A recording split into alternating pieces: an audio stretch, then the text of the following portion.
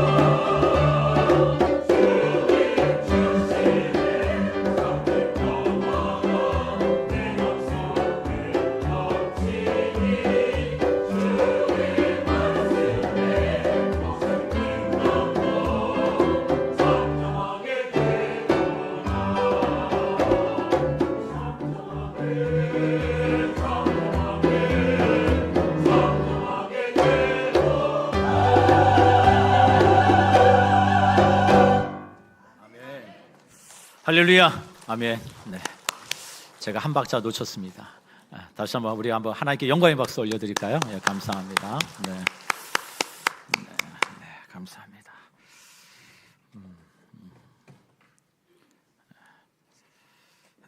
우리 한번 기도하겠습니다. 사랑의 아버지 하나님, 모든 것이 하나님의 주신 은혜인 줄 믿습니다. 그 믿음으로 두렙돈을 드린 그 과부의 그 마음으로 하나님, 우리 작지만 우리 하나님은 크신 하나님이시고 모든 만물의 주인이 되시는 하나님이시기에 주여 우리의 마음과 정성과 믿음을 담아 하나님 물질을 하나님께 올려드립니다. 주님 축복해 주시고 축사해 주시고 정말로 두 손으로 하나님 이 교회 공동체 위에 은혜를 더하여 주셔서 이 물질이 정말 생명 살리는 물질 되게 하여 주시고 하나님을 기쁘시게 하는 물질이 되게 하여 주옵시고 아버지여 낭비되고 소비되어지는 그런 물질이 되지 않도록 주여 몸된 교회 위에 남다른 은혜와 은총을 하나님 더하여 주시옵소서. 드리는 손길들을 하나님 복 주시기를 원합니다. 10의 1조 감사 헌금 구제와 또 선교와 건축과 저들의 마음에 작정한 대로 하나님 앞에 믿음으로 이 물질을 드립니다. 하나님 저들의 마음을 아시죠? 하나님 다 기억하시는 줄 믿습니다. 저들의 필요를 채워주시고 공급하여 주시기를 원하고 어디로 가든지 저들이 하는 손이 부끄럽지 않게 하여 주시옵시고 하나님의 영광이 드러날 수 있도록 주님 도우시고 저들의 하나님이 되어 주시옵소서. 아버지 하나님, 오늘도 주의 말씀 앞에 서게 하신 것을 감사합니다. 오늘도 겸손한 심령으로 주의 말씀을 듣게 하여 주시고 우리의 심령을 열어주세요. 우리의 눈을 열어주시고 귀를 열어주시고 우리의 마음을 열어주셔서 살아계신 하나님의 말씀이 우리 안에 정말로 내재되어지고 심기어져서 30배, 60배, 100배에 넘는 놀라운 결실과 열매를 맺는 복된 말씀이 되어지도록 은혜 위에 은혜를 도하여 주시옵소서. 부족한 종입니다. 하나님 성령님 말씀하여 주세요. 오로지 십자가 뒤에 감춰주시고 오로지 주의 말씀만을 온전히 증거할 수 있도록 종을 붙들어 주시기를 원합니다. 주여 모든 것 주께 감사드리오며 이 모든 말씀 예수님의 이름으로 간절히 기도드립니다. 아멘, 아멘, 아멘. 할렐루야, 아멘. 한 주간 잘 계셨죠? 네, 자, 감사합니다. 잘 계주셔서 진짜 고맙습니다. 우리 한번 인사 한번 나누시죠. 사랑하고 축복합니다. 저희 사랑하고 축복합니다. 네, 한 번 더 할까요? 당신은 볼매남입니다. 볼매녀입니다. 시작.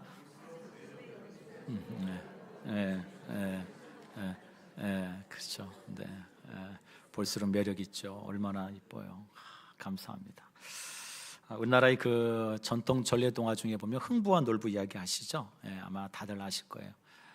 흥부가 다리가 부러진 제비의 다리를 고쳐줍니다. 그랬더니 이 제비가 은혜를 갚겠다고 박씨 하나를 물어오죠. 그리고 이제 흥부에게 박씨를 줍니다. 이 흥부가 이 박씨를 지붕 위에다 잘 이렇게 신겨놨더니 풍성한 아주 큰 박이 열렸어요. 그래서 그걸 톱으로 갖다가 열심히 썰었더니 그 안에서 뭐가 나와요? 각종 막 금은 보화가 잔뜩 나왔어요. 그래서 복을 받았다 이런 얘기잖아요. 그 이야기의 메시지는 뭐 교훈은 간단해요. 작은 생명일지라도 귀하게 여기고 선을 베푸면 복 받는다. 뭐 이런 메시지죠 사실. 근데 여러분 이 제비와 관련된 이야기를요 이어령 교수님이 그 지성에서 영성이라고 하는 책에 아주 재미나게 흥미롭게 풀어온 게 하나 있습니다. 이 책을 꼭 좀 보셔요. 꼭 좀 보세요. 제가 꼭 추천하고 싶은 조서 중에 하나입니다. 지성에서 영성으로.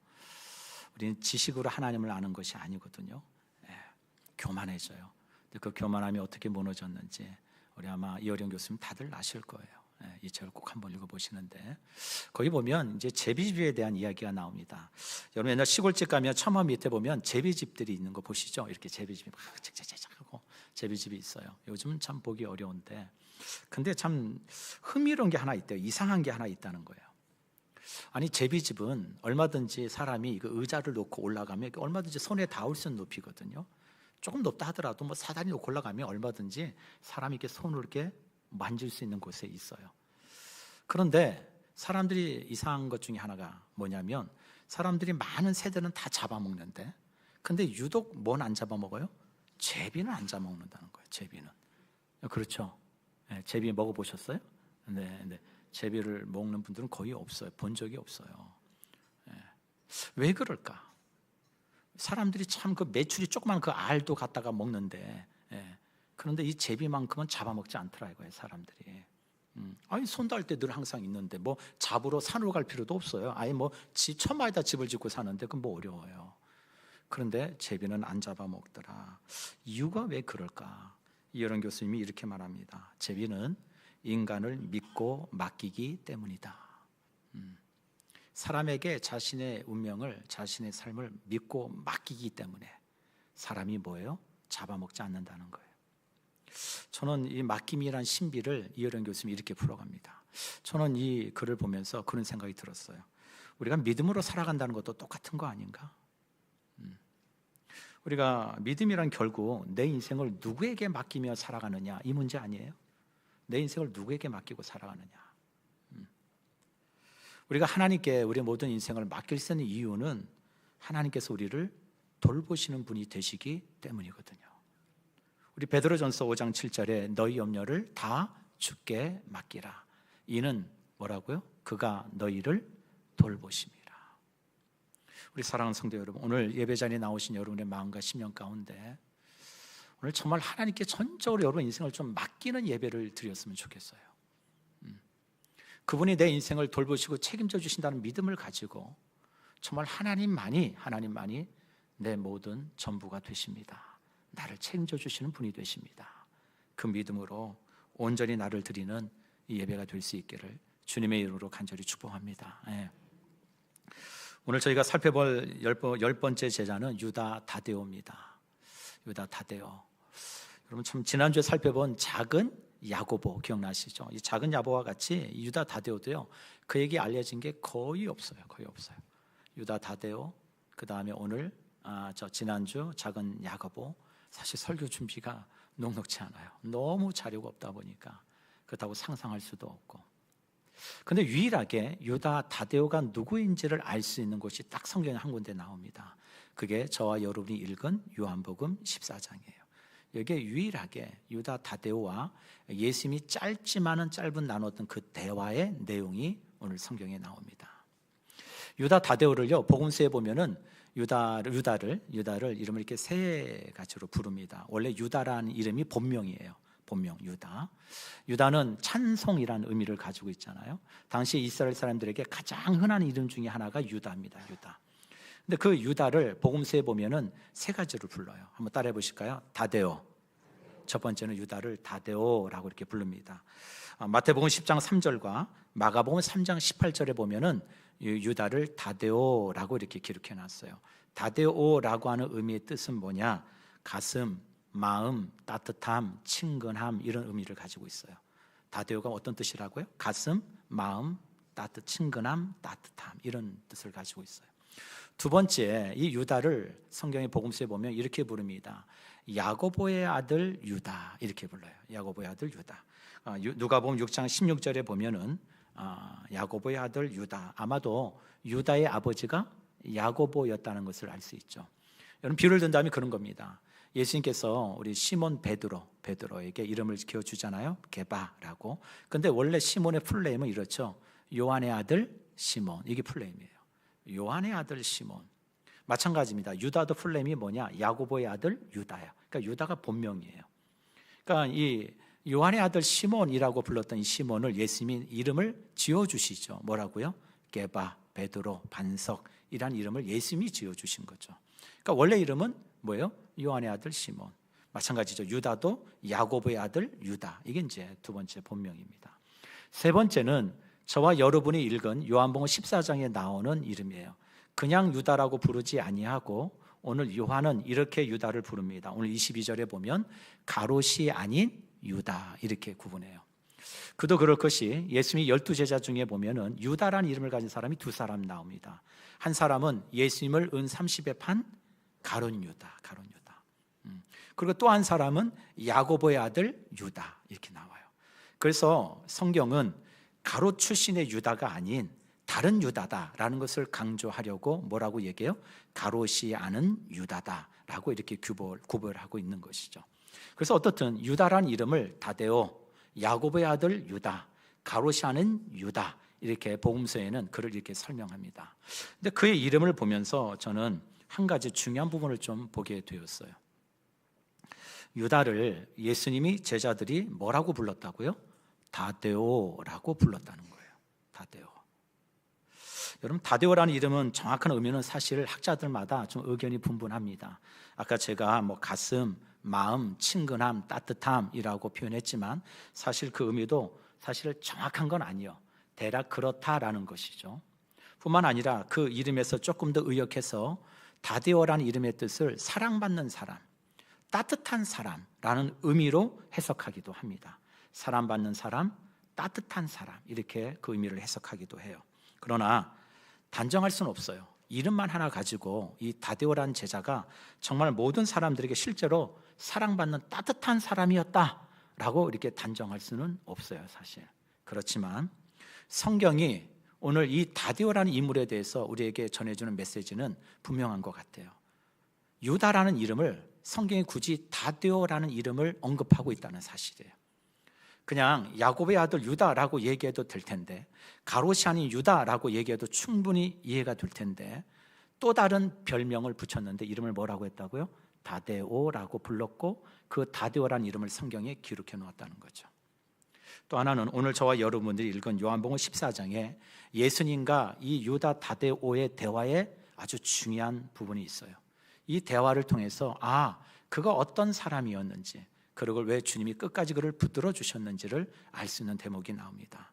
오늘 이 말씀을 가지고 저와 여러분이 좀 두 가지의 메시지를 같이 나누려고 합니다. 첫째는 우리 한번 같이 읽어볼까요? 첫째, 유다 다데오는 시작, 탁월함으로 기억되기보다는 관계와 성품으로 기억되는 제자였다. 첫 번째 이거예요. 탁월함으로 기억되기보다는 뭐와 뭐로요? 관계와 성품으로 기억되는 제자였다는 거예요. 여러분, 다데오라는 이름을 통해서 한 가지 추측해 볼 수 있는 가능성이 있습니다. 그게 뭐냐? 하나님이 쓰시는 사람은 한 사람의 어떤 기능과 역할과 어떤 능력도 있지만 사람을 품을 줄 아는 사람을 하나님이 쓰시는구나. 이게 첫 번째예요. 사람을 품을 줄 아는 사람. 여러분, 지난주에 작은 야고보 나눴죠. 작은 야고보는 어떤 사람이었어요? 무엇을 했느냐보다 어디에 있었느냐. 내가 있어야 될 자리를 묵묵히 충성스럽게 감당했던 제자, 그가 작은 야고보였다라고 말씀드렸어요. 오늘 유다 다데오는요, 세상 사람 앞에서 그가 어떤 탁월함을 가졌는지, 그의 업적이 뭔지 우리는 알 수가 없어요. 성경에 기록해 놓지 않았거든요. 그런데 한 가지 최소한 다데오라는 그의 별명을 통해서 그는 최소한 사람을 품을 줄 아는 사람이었겠구나 라는 정도는 우리가 생각해 볼 수 있어요. 사람을 품을 줄 아는 사람이었구나. 여러분, 우리 이름을 보면 본명이 있고 별명이 있죠. 본명은 뭐예요? 본명은 부모님이 지어주시는 거죠. 우리가 태어날 때 부모님이 다들 이렇게 이름을 지어주잖아요. 누구 아무개 이렇게 이름을 부릅니다. 대부분의 사람들이 부모가 지어준 이름을 가지고 평생 살아가죠. 그렇게 불려집니다. 그런데 사실 그 이름의 의미가 다들 좀 다르죠. 저는 상혁입니다. 저희 아버님께서 이름을 지어줬는데 서로 상자에 빛날 혁자예요. 서로 함께 빛나는 인생이 되라, 이렇게 그런 의미로 이름을 지어주셨다고 합니다. 사실 나의 어떤 의지와 나의 어떠함과는 전혀 상관없이 부모님이 내 인생이 그렇게 되었으면 하는 바람을 가지고 소망을 가지고 지어준 거죠. 그런 인생이 되었으면 좋겠다. 그게 본명이에요. 여러분, 반면에 별명은요, 별명이 있으신 분들 계시죠? 별명은 그 사람의 행동 양식과 성격 그리고 생김새를 통해서 주변 사람들이 느끼는 감정을 가지고 지어주는 이름이에요. 그걸 별명이라 부릅니다. 궁금해하실까 봐 제 별명을 하나 말씀드리게. 제가 대학 다닐 때 제 별명이 번개탄이었습니다. 번개탄. 대학 2학년 때 우리 선배님이 지어주셨는데, 번개탄. 여러분, 번개탄 아시죠? 평소에는 이렇게 연탄처럼 까매요. 제가 좀 까마잡잡하거든요. 그래가지고 까맣다. 그래서 지금 서울물을 좀 먹어서 조금 하얘졌는데 좀 그래도 많이 까마잡잡했어요. 까마잡잡한 데다가 여러분, 번개탄에다 불을 탁 붙이면 어때요? 어떻게 죠? 막 매캐한 냄새 팍 나면서 불이 확 올라오죠. 그거 연상해 보시면 돼요. 한번 누가 불을 지르면은 어떻게 해요? 막 매캐한 냄새 확 올라오면서 막 멀겋게 달아오르죠. 그게 번개탄이에요. 그러니까 선배들이 그런 거죠. 얼굴은 까마잡잡한 녀석이 개성은 강해가지고 뭐라고 좀 한마디만 하면은 뭐예요? 뭐 얼굴 빨개가지고 막 그냥 감정 드러낸다. 그래가지고 번개탄이라고 별명을 지어줬습니다. 제가 대학 다닐 때 어떤지 대충 짐작이 되시죠? 그런데 지금 그 번개탄 다 타고 없어졌습니다. 그러니까 걱정 안 하셔도 돼요. 다 타고 없어졌어요. 여러분, 예수님이 10번째 제자 유다라는 그 본명이에요. 참 예수님과 제자들이 다데오라고 불렀다는 게 참 마음에 많이 와닿았어요.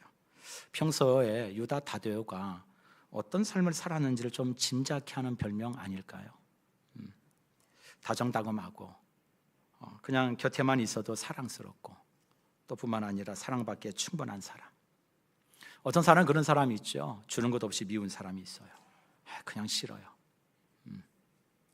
그런데 다데오는 마음이 가요. 뭐라도 먼저 좀 챙겨주고 싶고 사랑스러운 그런 제자였다는 거예요. 말하는 뽐새나 행동하는 거 보면 다 남을 좀 배려할 줄 아는 그런 것이 몸에 배어 있는 사람. 아마 그래서 예수님과 제자가 그를 유다라고 부르지 않고 다데오라고 부르지 않았을까. 초대교회 교부 중에 한 사람이 제롬이라는 사람이 있습니다. 교부가 무엇인가 잠깐 설명하고 넘어갈게요. 예수님의 12제자가 있죠. 그 12제자가 예수님께서 내가 세상으로 너희를 보낸다라고 해서 보냄을 받은 자라고는 아포스톨로스라고 하는 사도라는 직분을 주십니다. 사도라는 직분은 예수님의 12제자 외에는 가질 수 없는 직분이에요. 단 한 사람 있죠.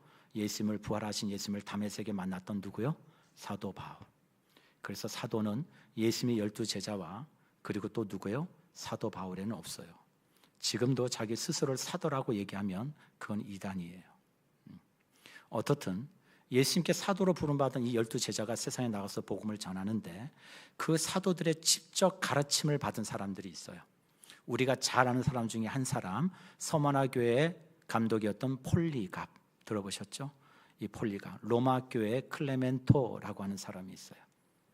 이런 사람들을 뭐라고 부르냐면 그 사도들의 직접 가르침을 받은 사람이다.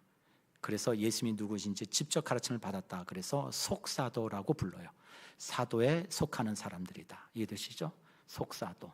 그 속사도들의 영향을 받아서 초대교회에 성경의 권위를 세우고 교회의 기초를 세우고 신학의 기초를 세웠던 사람들이 있어요. 그 속사도들의 영향을 받아서 성경의 권위를 세우고 교회를 세우고 교회의 신학을 세웠던 사람들, 이 사람들을 교부 신학자라고 불러요. 이해되셨죠? 예. 그래서 그 교부 중에 한 사람이 제롬이라고 하는 사람이 있습니다. 이 제롬이 유다 다데오에 대해서 그의 남겨진 기록에 이렇게 기록해 놨습니다. 한번 보실까요? 예수님의 사랑을 받고 있었던 제자다. 유다 다데오는 요한이 예수님의 큰 사랑을 받은 제자라면 유다 다데오는 예수님의 조용한 사랑을 받은 사람이다. 아마도 제자들에게 또 속사들에게 그리고 이제 교부 신학자들에게 그 이야기들이 전해지고 했을 거 아니에요. 그렇죠? 그 제자들이 있었는데 그 제자들이 어떠했는지 그런 이야기들을 분명히 건너 들었을 거예요. 그러고 보니까 참 유다 다데오는 이런 사람이었겠다라는 생각이 들어요. 없는 듯 있는 듯 하면서도 그 사람이 있으면 주변이 따뜻해지는 사람. 저는 유다 다데오가 그런 사람이었겠다.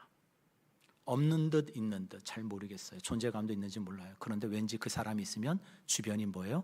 밝아져요. 따뜻해져요. 우리가 사람과의 관계에 있어서도 그렇죠. 처음에 보면은 사람 좋아. 너무 좋다 사람. 그런데 지내면 지낼수록 자꾸 불편해지는 사람이 있어요. 그렇죠? 근데 처음에는 좀 껄끄러워요. 대하기가 좀 무서워요. 왜 이렇게 사람이 경계심이 많아? 좀 마음을 좀 열지. 쉽게 접근하기가 좀 어려운데. 근데 시간이 지나면 지날수록 뭐예요? 사람이 참 매력 있어. 사람 참 좋다. 누군가에게 소개해주고 싶은 정도로 마음이 드는 사람이 있어요. 그게 우리가 사람과의 관계 속에서 그런 사람들은 주로 나타나는 공통적인 특징이 뭐냐면 배려하는 마음이 커요. 그런 사람들은 나보다도 남을 먼저 생각해요. 나의 불편함을 기꺼이 감내할 줄 알아요. 그런 사람들은 가면 갈수록 가까워지고 싶어요. 하물며 사람과의 관계 속에서도 그러한지인데 우리가 하나님의 관계 속에서 하나님은 우리에게 뭘 요구하실까요? 하나님은 뭘 보실까요? 유다 다데오는요, 성경에 그의 탁월함 하나도 드러난 게 없어요. 그가 예수님의 제자로서 세상을 이렇게 놀래켰다 그런 얘기도 없어요. 그런데 한 가지 딱 우리에게 보게 하시고 알게 하시는 메시지가 있다면 유다를 다데오라고 불렀다는 거예요. 따뜻한 사람, 사랑스러운 사람, 사람을 품을 줄 아는 사람. 우리 사랑하는 성산의 가족 여러분, 저희 교회가요 세상에 놀랄 만한 대단한 일을 하는 교회가 되는 거 그것도 귀한 일이죠. 정말 귀한 일이에요. 그러나 그것보다도 주님이 먼저 바라는 교회는 이런 교회가 아닐까요? 한좀 교회가 그 교회는 참 따뜻해 가면 그 교회 가면 한 영혼을 참 귀하게 여길 줄 알아. 그 교회 가면 정말 어렵고 힘든 사람들이 오면은 그 교회는 사람을 참 품어줘. 인생들 중에 보면 모난 사람도 있죠. 좀 솔직히 좀 불편한 사람도 있어요. 상처받은 사람도 있습니다. 그런 사람이 와도 정죄하지 않아. 그래서 사람들 입에서 정말 그 교회는 예수님이 계셔 라고 듣는 그런 교회. 이게 정말 교회의 선한 영향력 아닐까요? 우리 사랑하는 성도 여러분, 제가 이런 교회 공동체로 세워져가는 은혜가 있기를 간절히 축복합니다. 우리 성경 한번 빌립보서 2장 2절 5절 한번 읽어볼까요? 우리 천천히 한번 이 말씀 읽어봅시다. 시작. 마음을 같이하여 같은 사랑을 가지고 뜻을 합하며 한 마음을 품어 아무 일에든지 다툼이나 허영으로 하지 말고 오직 겸손한 마음으로 각각 자기보다 남을 낮게 여기고 각각 자기 일을 돌볼 뿐더러 또한 각각 다른 사람들의 일을 돌보아 나의 기쁨을 충만하게 하라. 너희 안에 이 마음을 품으라. 곧 그리스도 예수의 마음이니. 아멘. 아멘. 이 말씀대로 세워가고 예수님만 드러나는 우리 성상 공동체 되기를 주님의 이름으로 간절히 축복합니다. 아멘. 또 한 가지 한번 읽어볼까? 유다는 어떤 사람이었을까? 한번 읽어보시죠. 두 번째 한번 보실까요? 한번 시작. 영적 안목으로 예수님을 바라보고 세상을 볼 줄 아는 제자. 오늘 두 번째 이제 마지막 메시지입니다. 영적 안목으로 누구를 봐요? 예수님이 누군지를 볼 줄 알고, 그리고 어디를 봐요? 세상을 봐요. 많은 사람들은요 자꾸 나 그래요. 내가 은혜를 받았어요. 더 큰 은혜를 받고 싶어요. 또 거기에 머물고 싶지 않고 더 큰 은혜를 받고 싶어요. 많은 사람들은 여기에 관심에 머물러 있지만 유다 다데오는요 그렇지 않았어요. 나의 관심보다는 세상의 관심이 더 많았던 사람이에요. 오늘 요한복음 14장은 흔히 마가의 다락방 또 강화라고 불리는 그런 말씀이에요. 예수님께서 십자가를 지시기 전에 마가의 다락방에서 모이셔서 12제자들과 함께 그들에게 가르침을 주시고 또 대화를 나눈 내용이 요한복음 14장에 기록되어 있습니다. 이 예수님과 대화에 보면 세 명의 제자가 전면에 딱 드러납니다. 이 세 명의 제자가 뭐라고 얘기를 했는지, 뭐라고 예수님과 대화를 나누는지 우리 한번 하나씩 좀 살펴보길 원합니다. 예수님께서 요한복음 14장 1절 4절에 제자들이 이렇게 말씀하시죠. 너희는 마음에 근심하지 말라. 하나님을 믿으니 또 나를 믿으라. 내 아버지 집에 거할 것이 많도다. 그렇지 않으면 너에게 일렀으리라. 내가 너희를 위하여 거처를 예비하러 가노니 가서 너희를 위하여 거처를 예비하면 내가 다시 와서 너희를 내게로 영접하여 나 있는 곳에 너희도 있게 하리라. 내가 어디로 가는지 그 길을 너희가 아느니라. 예수님께서 이렇게 큰 화두를 하나 툭 던지셨어요. 그러니까 대뜸 도마가 예수님께 이런 질문을 합니다. 예수님께 도마가 이런 말을 하죠. 오늘 5절의 말씀 보면 도마가 이렇게 합니다. 도마가 이르되 주여 어디로 가시는지 우리가 알지 못하겠거늘 그 길을 어찌 알겠습니까? 내가 가는 그 길이 어딘지 너희도 알 것이다 라고 주님이 얘기하시니까 이 도마가 모르겠는데요. 주님, 제가 어디로 가야 됩니까? 제가 가는 길이 어떤 길인가요? 제가 앞으로 어떻게 해야 됩니까? 이 질문을 지금 도마가 예수님께 던지는 거예요. 그러니까 예수님께서 뭐라고 말씀하셔요? 우리가 잘 아는 예수께서 이르시되 내가 곧 길이요 진리요 생명이니 나로 말미암지 않고는 아버지께로 올 자가 없느니라. 이 말씀 우리가 너무 유명한 말씀이니까 이 말을 단적으로 정리하면 이런 거예요. 도마야, 너 뭐 깊게 생각하지 마. 그저 너는 나만 따라오면 돼. 이게 예수님의 대답이에요. 너 이것저것 뭐 따지고 뭐 그럴 필요 없어. 그냥 너 나만 따라오면 돼, 도마야. 이게 도마와 예수님과 나눈 첫 번째 대화입니다. 이 대화를 또 옆에서 한 제자가 물고머니 또 들었어요. 나는 이런 궁금함이 있는데. 그러면서 두 번째 제자인 빌립이 예수님께 또 이렇게 묻습니다. 빌립이 이르되 주여 아버지를 우리에게 보여주옵소서. 그러면 우리가 뭐요? 족하겠습니다. 여러분, 빌립의 관심은 그런 거예요. 보는 거예요. 내 눈으로 좀 직접 보길 원합니다. 우리 교회 안에도 이런 분들이 있죠. 목사님, 다 알아요. 무슨 얘기인지 다 알아요. 근데요, 한번 보고 싶어요.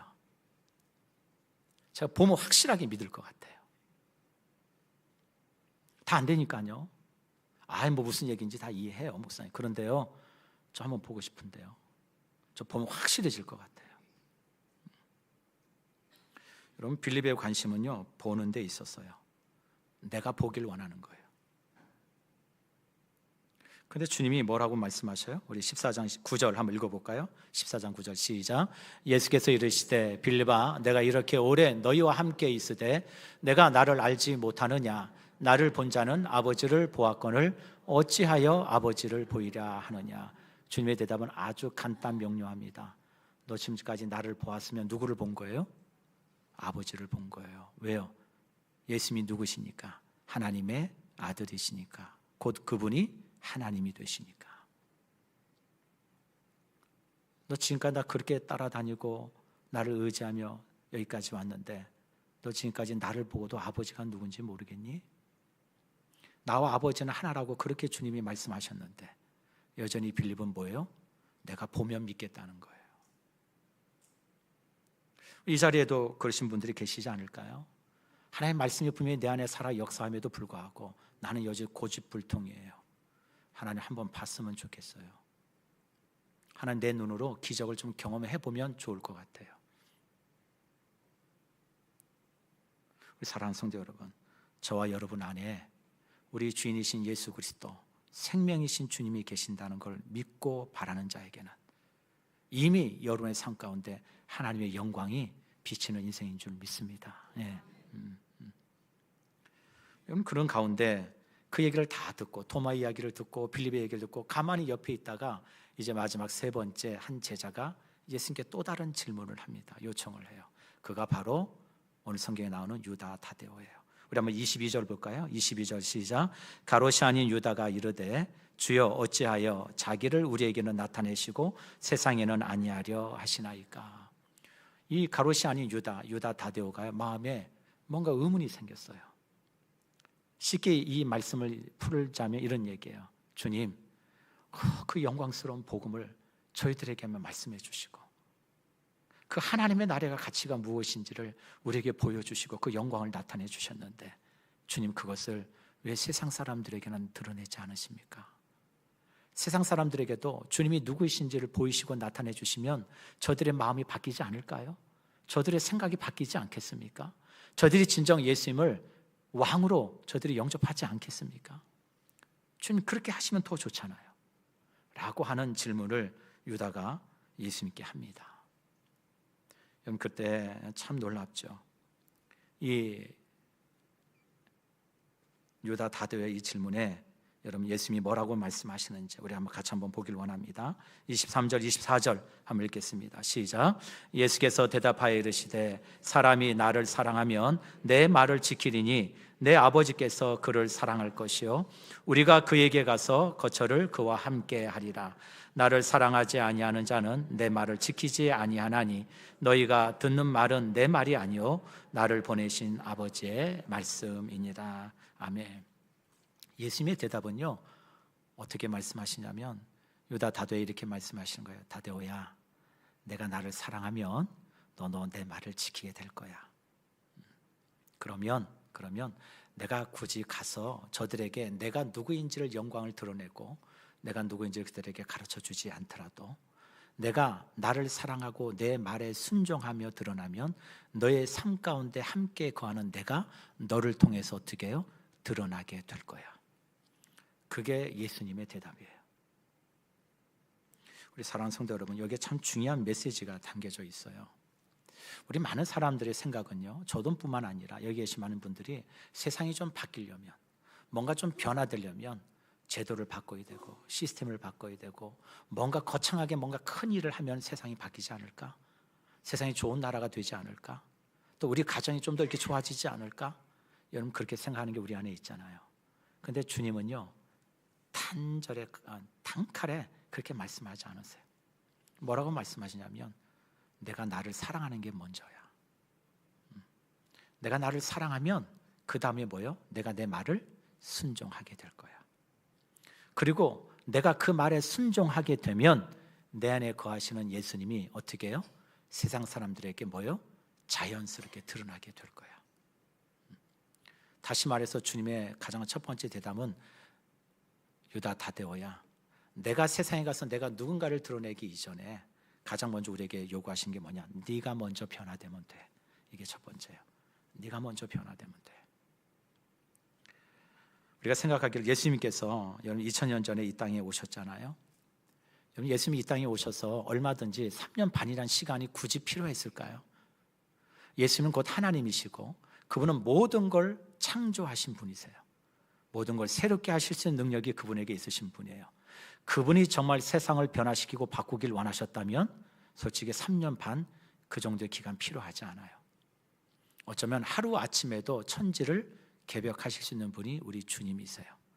그런데 그렇게 하지 않으셨어요. 주님이 이 땅에 오셔서 하신 일이라고는 두 가지예요. 크게 얘기하면 저와 여러분을 위해서 십자가에 대속의 죽음으로 죽으셨어요. 또 하나, 주님은 3년 반 동안 12명이나 제자를 길러내셨어요. 그 12제자를 통해서 그들에게 말씀하신 게 있죠. 우리 한번 요한복음 13장 34절 35절 한번 봅니다. 시작. 새 계명을 너희에게 주노니 서로 사랑하라. 내가 너희를 사랑한 것 같이 너희도 서로 사랑하라. 너희가 서로 사랑하면 이로써 모든 사람이 너희가 내 제자인 줄 알리라. 너희가 내 제자인 줄 안다는 얘기는 너희 안에 누가 계셔요? 예수님이 계시고 그 예수님이 누구신가가 너희를 통해서 세상에 드러나게 될 것이다. 우리 예수님의 방법은요, 그렇게 하지 않으셨어요. 예수의 손에 붙들린 사람들을 12명을 세우셨어요. 그리고 그들을 통해서 어떻게 해요? 하나님의 나라가 이 땅에 도래하도록 일하셨어요. 그 증거, 결과가 어디에 있습니까? 오늘 저와 여러분이에요. 그게 하나님의 방법이에요. 그게 주님의 오르심이에요. 그렇게 했기 때문에 오늘 저와 여러분이 예수를 믿고 하나님의 몸된 교회를 세워가는 부름받은 주의 권속들로 이곳에 있는 거예요. 우리 사랑하는 성도 여러분, 이 땅에 진정으로 하나님의 나라가 어떻게 드러나요?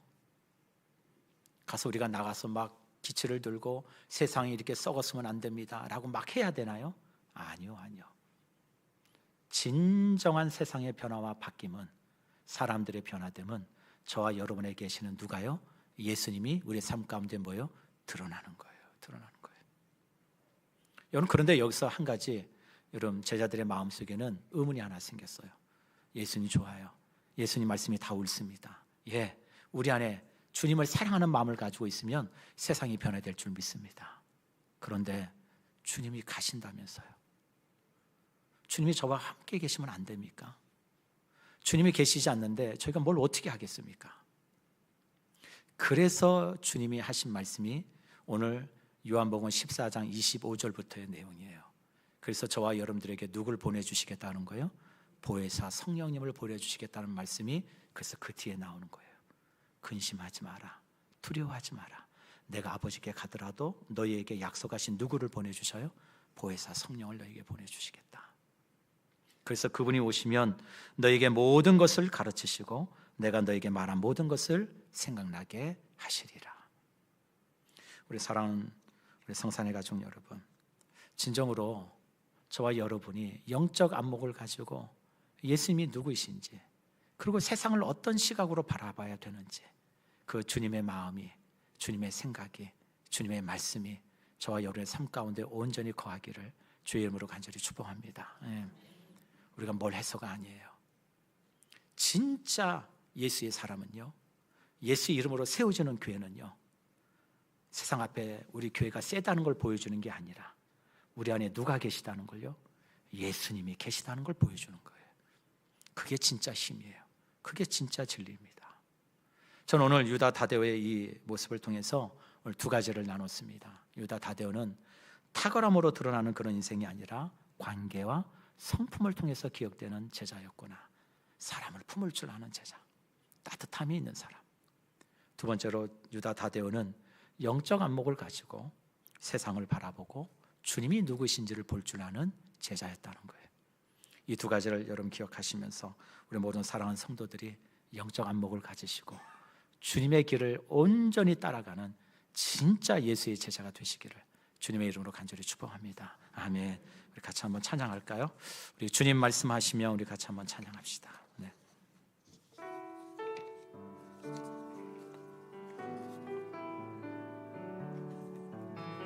주님 말씀하시며, 주님 말씀하시면 내가 나가리다. 주님 뜻이 아니면 내가 멈춰서리라. 나의 가고 서는 곳 주님 뜻에 있으니 오 주님 나를 이끄소서. 다시 한번 주님 말씀하시며, 주님 말씀하시면 내가 나가리다. 주님 뜻이 아니면 내가 멈춰서리다. 나의 가고 서는 곳 주님 뜻에 있으니 오 주님 나를 이끄소서. 뜻하신 그곳에 나 있기 원합니다. 이끄시는 대로 순종하며 살리니 연약한 내 영혼 통하여 일하소서. 주님 나라와 그 뜻을 위하여 오 주님 나를 이끄소서. 아멘. 우리 한번 기도합시다. 우리 사랑하는 우리 성산의 가족 여러분, 내 안에 계시는 주님을 깨우셔야 돼요. 깨우셔야 돼요. 어떤 풍랑과 요동치